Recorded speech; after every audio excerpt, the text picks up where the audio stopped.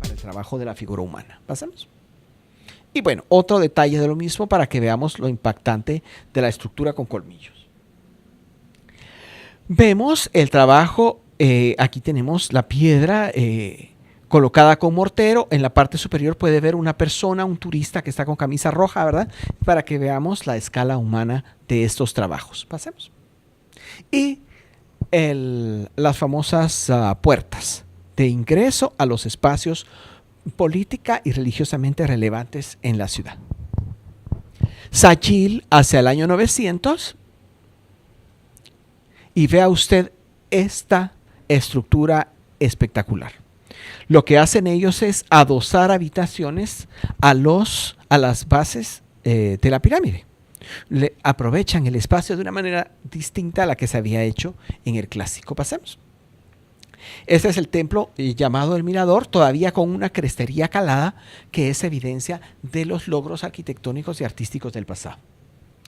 Kabá, otra puerta, vea usted lo impresionante de esta estructura y que Kabá alcanza su esplendor entre el 800 y el 1000 de nuestra era. Mire ese trabajo, mire ese mosaico de piedra que nos presenta los ojos y la nariz de Chak. Chak es efectivamente en yucateco el señor de la lluvia. La Pna, que es contemporánea del 900 al 1000, y mire la maravilla de trabajo en relieve, siempre con mosaico de piedra. Y por supuesto, la más llamativa de todas, que fue Chichén Itzá, que alcanza su apogeo del 987 a 1194. Vea usted el famoso castillo, donde se alcanza a ver la figura de la serpiente, precisamente en una de las conmemoraciones del año. El famoso caracol, un observatorio astronómico. El templo de los guerreros y las 1000 columnas, que no tiene 1000, pero sí tiene muchas columnas. Aquí vemos un avance en la arquitectura. Mientras que en el periodo clásico la arquitectura ha sido masiva para soportar la altura, aquí lo que vemos es cómo se aligera el volumen de los materiales para cubiertas con madera y entonces el uso de columnas que permite techar grandes superficies. ¿Pasa? El juego de pelota, uno de los más grandes de Mesoamérica, porque aparentemente ya no son 2 jugadores, ya no son 4 jugadores de la élite, ahora tenemos verdaderos equipos, sin duda de una élite militar. El famoso chacmol, ¿verdad?, para la recepción de sacrificios. Uxmal, del 987. Lo interesante de Uxmal es que la dinastía gobernante afirmaba ser del lugar que ahora conocemos como Motul de San José, en el centro de Petén. Aquí tenemos la evidencia clara, precisa de cómo las élites han abandonado Petén, emigraron hasta lo que ahora conocemos como Yucatán y allí continuaron siendo gobernantes. Por supuesto que han abandonado el uso de su idioma cholano porque con el proceso migratorio ellos adoptaron el idioma de la región y el idioma de la región era precisamente el yucateco. Aquí tenemos la construcción, lo que se puede visitar ahora de Uxmal, que es verdaderamente impresionante.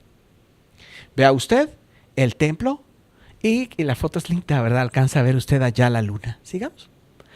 Vea usted cómo la base piramidal ya no tiene, por lo menos en Uxmal, ¿verdad?, ya no tiene los perfiles angulares, sino que es curvo.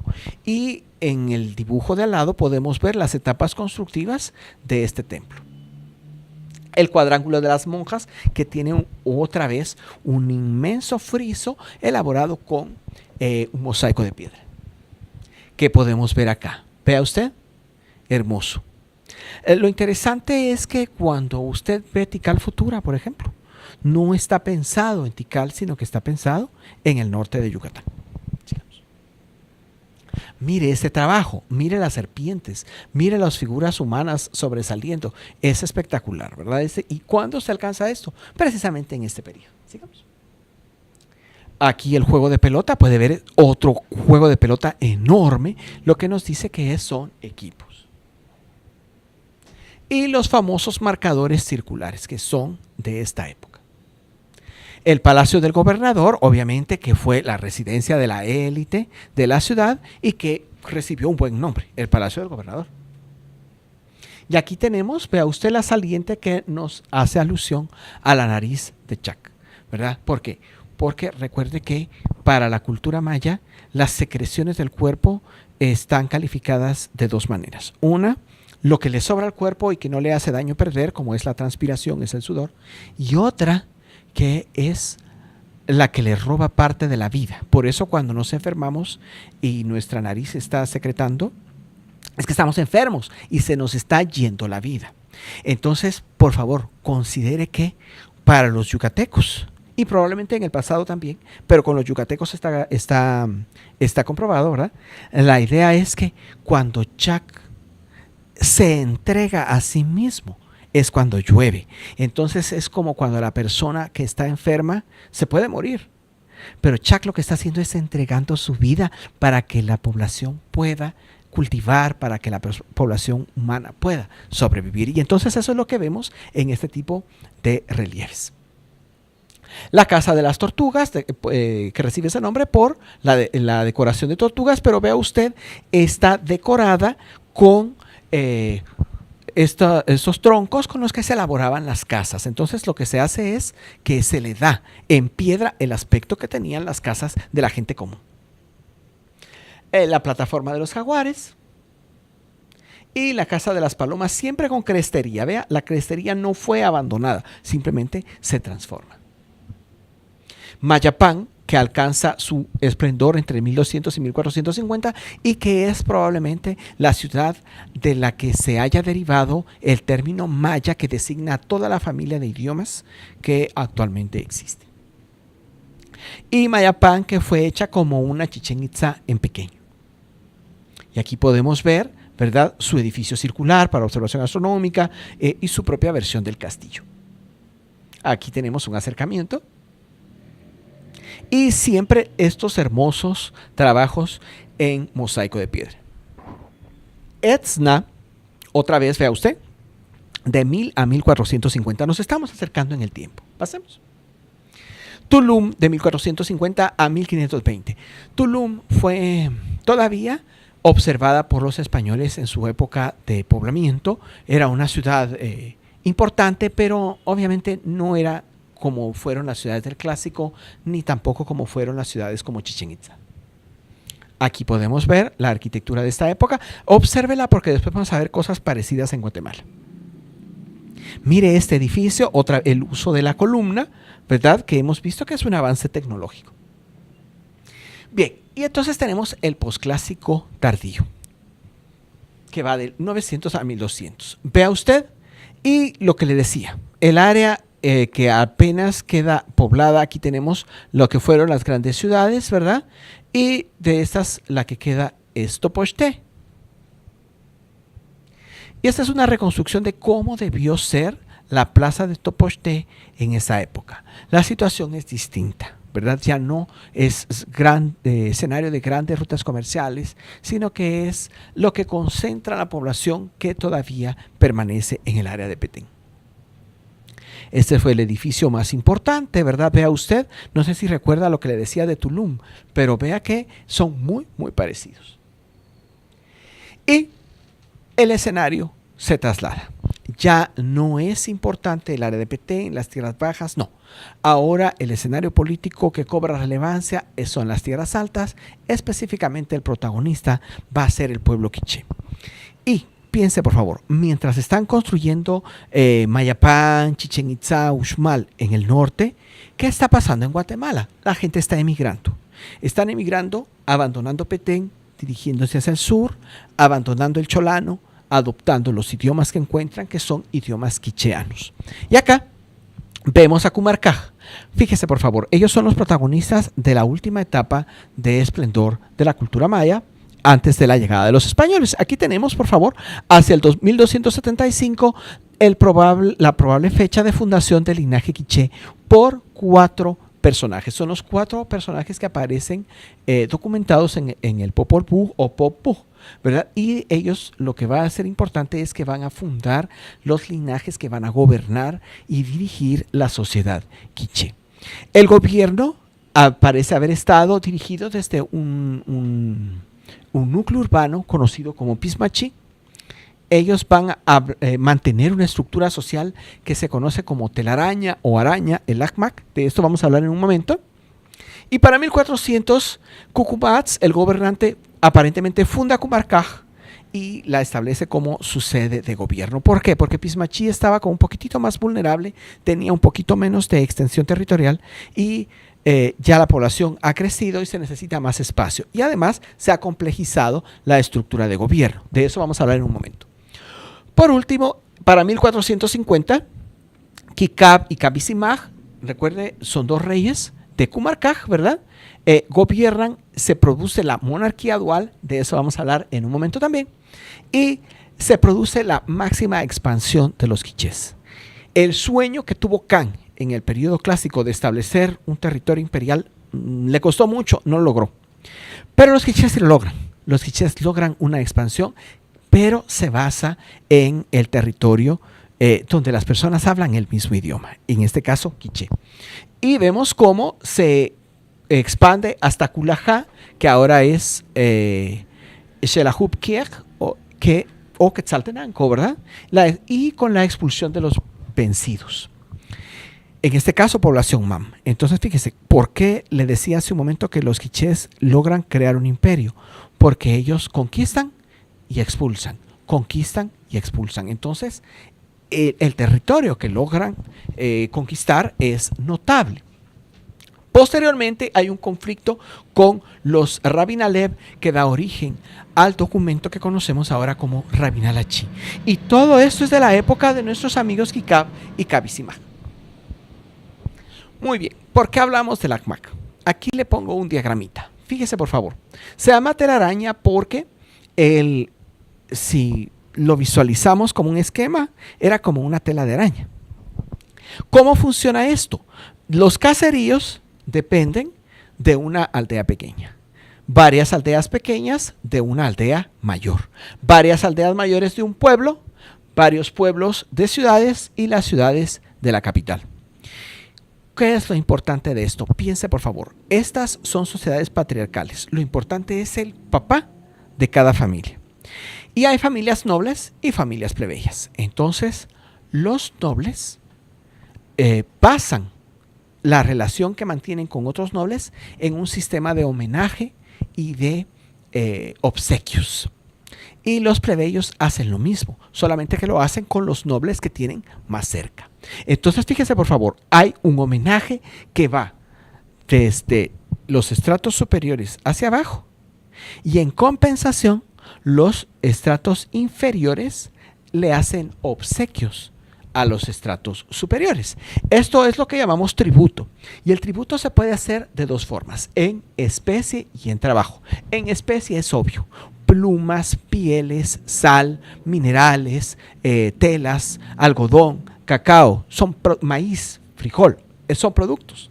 Pero lo otro es todavía más importante, el trabajo, que incluye el servicio militar. Ojo, por favor.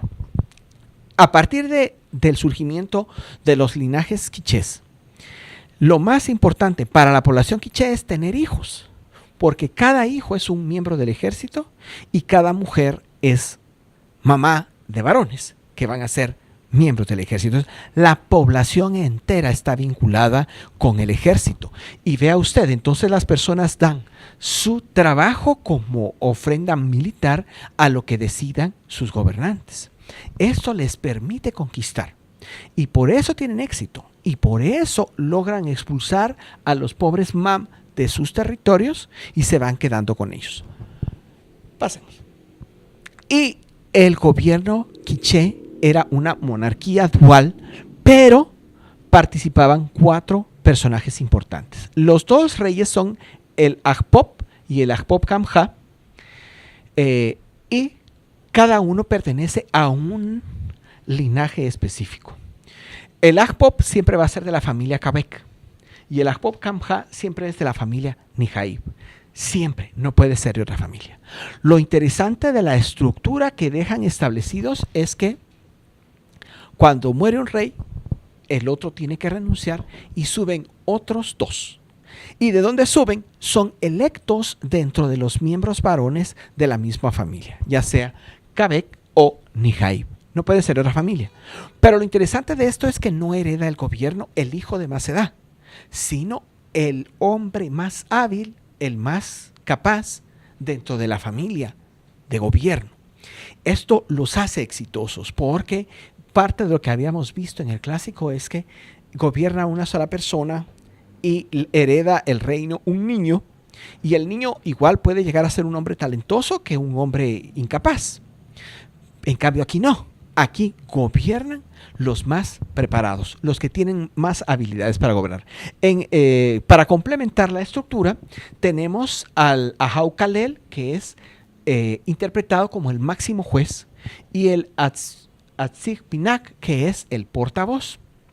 O podríamos interpretarlo ahora como el comunicador social, ¿verdad? Pero eso sería como hacerlo muy plebeyo.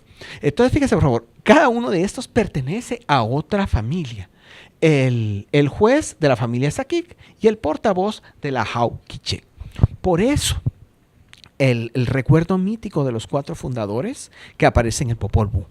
Y cada uno de estas familias tiene bajo su tutela o son su soporte, porque acuérdense que viene en escalada, ¿verdad? Reciben tributos y soldados de ellos, y ellos a su vez dan honores.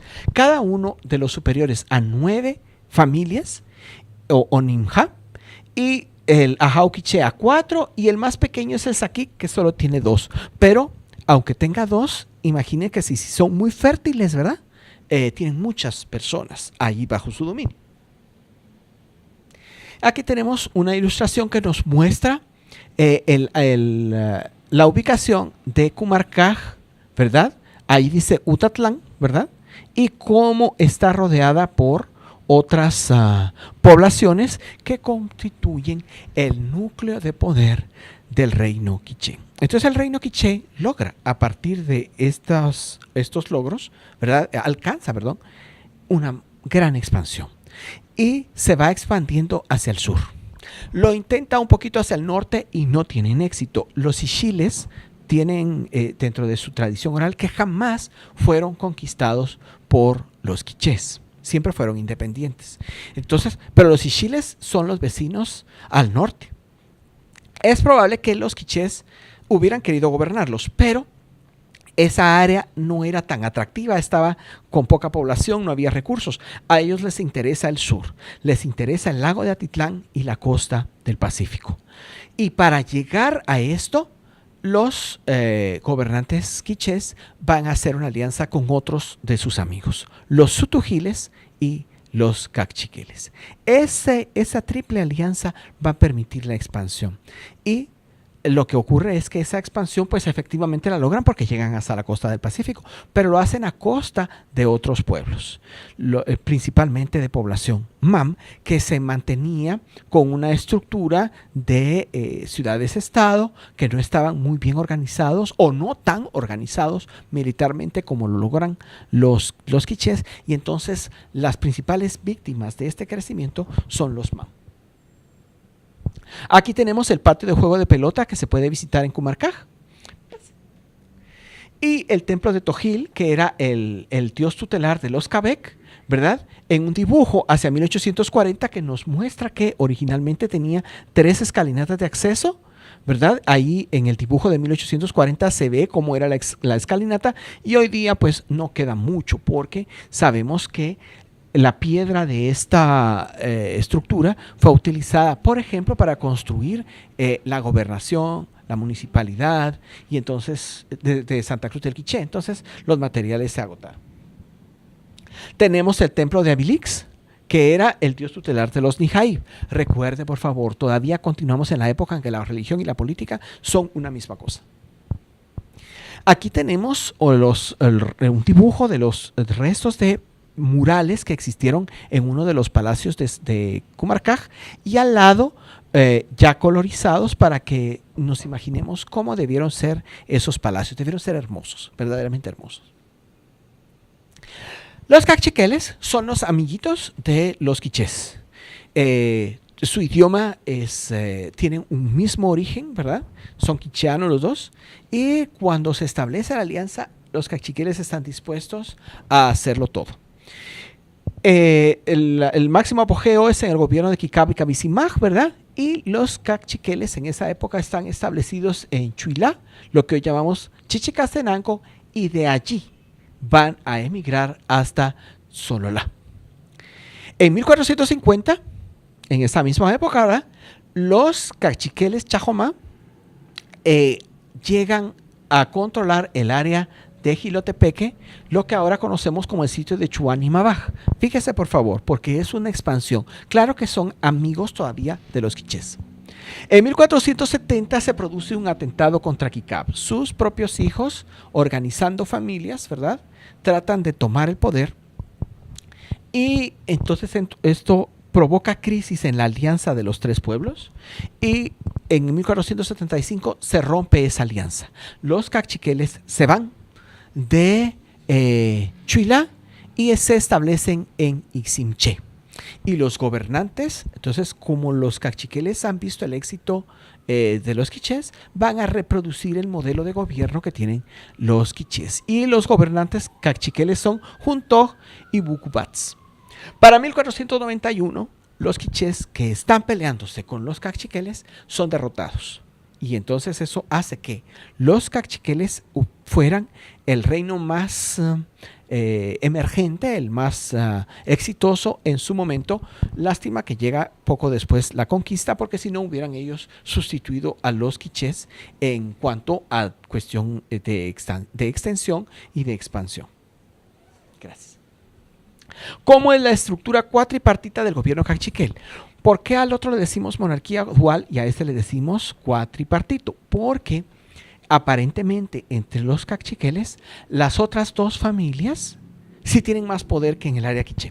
Entonces tenemos el Apoxajil, que son fundamentalmente los caciqueles de Iximché, aunque en Iximché estaban las dos familias principales, los Ajpozotzil, que controlan Sololá, por eso Sololá va a ser una ciudad importante caciquel, los Ajpoticuché, que están establecidos, su base de poder aparentemente es San Pedro Zacatepeques, y los Acajales, que es la familia Chajomá.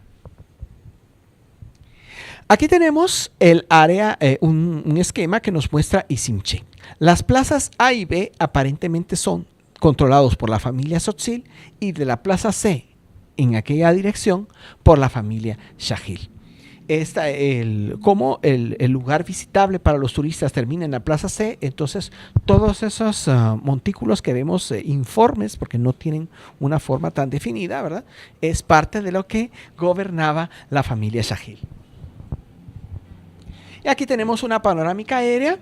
Pasemos. Y bueno, lo que puede visitarse todavía en el área caciquel. Tenemos la estructura 2 al fondo y la estructura 1. Estas obedecen a un proceso de restauración que se hizo en los años 60.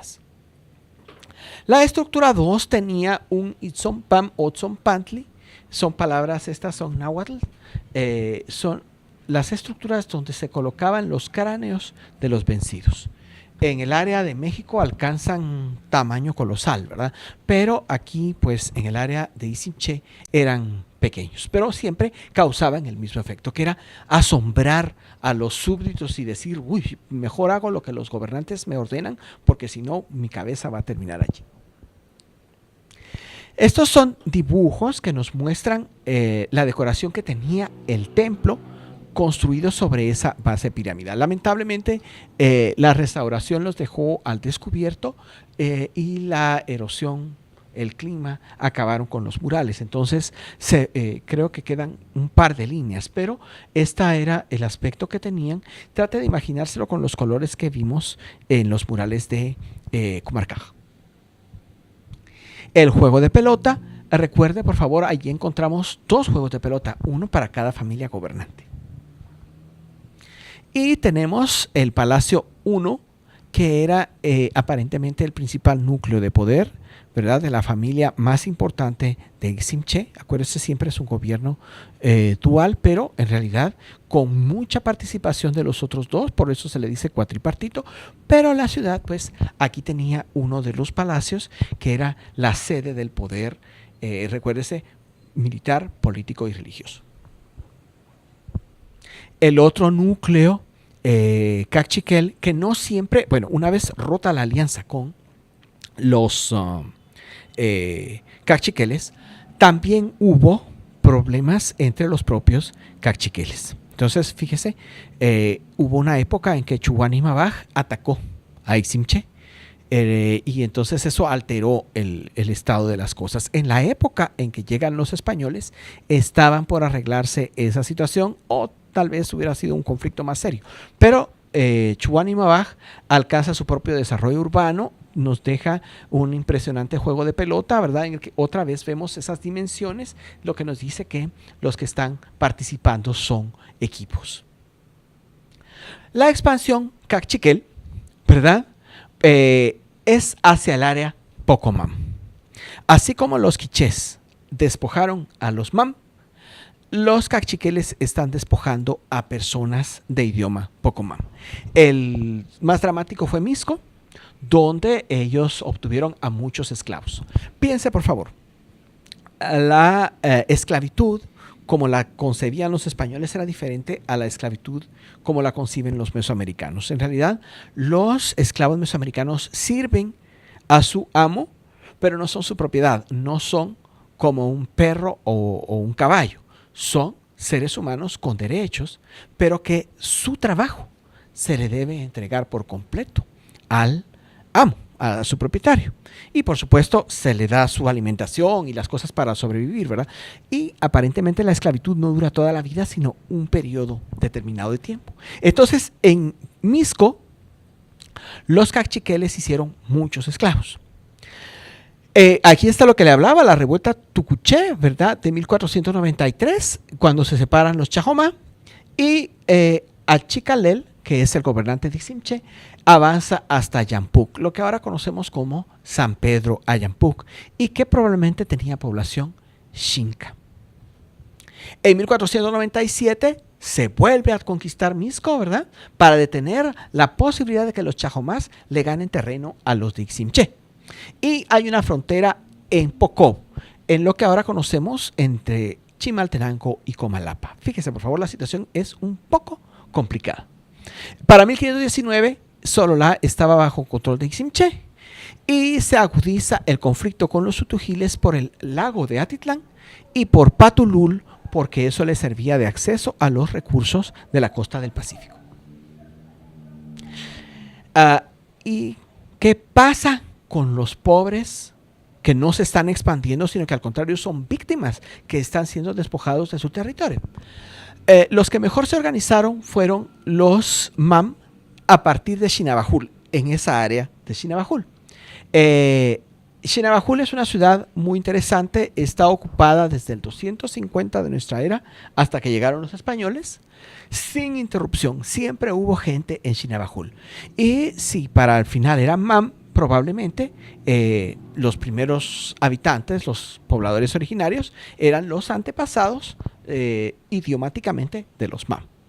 Y lo que podemos visitar son construcciones desde el clásico tardío, modificadas en el posclásico. Fue restaurada en el decenio de los 40 por la UFCO y tuvieron que reorganizarse para enfrentar la expansión quiché. Entonces, fíjese por favor, el problema que tienen es que ellos mantenían una estructura de ciudades-estado autónomas. Entonces, por eso los quichés logran conquistarlos, por eso logran apoderarse de su territorio y vencerlos y sacarlos. Entonces, piense por favor, en este momento tenemos a los quichés peleando contra sutugiles, cachiqueles, ixiles, mam, canjobal, aguacatecos. Tenemos a los quichés peleando contra, a los cachiqueles peleando contra quichés, contra pocomam, contra xincas, contra pipiles, contra achíes, ¿verdad? Y tenemos a sutugiles peleando contra cachiqueles y contra quichés. Es un panorama muy complejo. Conforme nos acercamos al área de la ciudad de Guatemala, nos vamos encontrando con población pocomam que tiene que hacer frente a la expansión cachiquel. Y entonces nos encontramos con algunos núcleos urbanos como Belej, lo que después se llamó Chinautla, Misco, que hemos visto que ya estaba bajo la esfera política de los caciqueles, y Popaj o Petapa, también Pinula, ¿verdad? Entonces, estos núcleos están tratando de defenderse de la expansión caciquel, pero la situación es un poquito compleja. Bien, de Saculeu, esto es lo que podemos visitar y pasemos. Tenemos la estructura 1 que fue iniciada en el Clásico temprano. Una de las críticas que se hace a la restauración que tiene Saculeu es que se hizo con concreto, ¿verdad? Se hizo con cemento. Entonces, a diferencia de Iximché, donde usted puede ver una etapa constructiva y otra que corresponden más o menos a unos 60 años de diferencia, aquí usted no puede ver lo que es del Clásico temprano y del Posclásico tardío. O sea, son 1000 años. Porque todo se recubrió de cemento. Entonces, aunque la estructura es del Clásico temprano en su núcleo, ¿verdad? En su parte inferior, la parte superior es de la época ya de este periodo Posclásico tardío. La estructura 4 tiene más o menos esa misma dificultad, pero aquí la restauración nos dejó ver solamente la base piramidal con ese talud, ese tablero, y el edificio superior que seguramente tuvo techo plano de madera. La estructura 6, que nos deja ver que es un espacio administrativo de tipo palaciego, ¿verdad? Y que al fondo usted puede ver el juego de pelota y otros montículos que no fueron restaurados, porque la idea básicamente de la UFCO era que los estadounidenses que visitaban Guatemala llegaran a Saculeu y dijeran, ¡ay, qué bonito!, ¿verdad? Para verlo como algo exótico. Aquí tenemos pues el juego de pelota del que hablamos hace un momento, que usted puede ver que es un poquito más pequeño. ¿Por qué? Porque aparentemente su planeación arquitectónica corresponde a una época anterior en la que los jugadores eran menos que ya en el posclásico tardío. Y con esto le dejamos por hoy, ¿verdad? Muchas gracias. No se pierda nuestra próxima sesión. Vamos a hablar de qué está pasando en estas sociedades. Muchas gracias.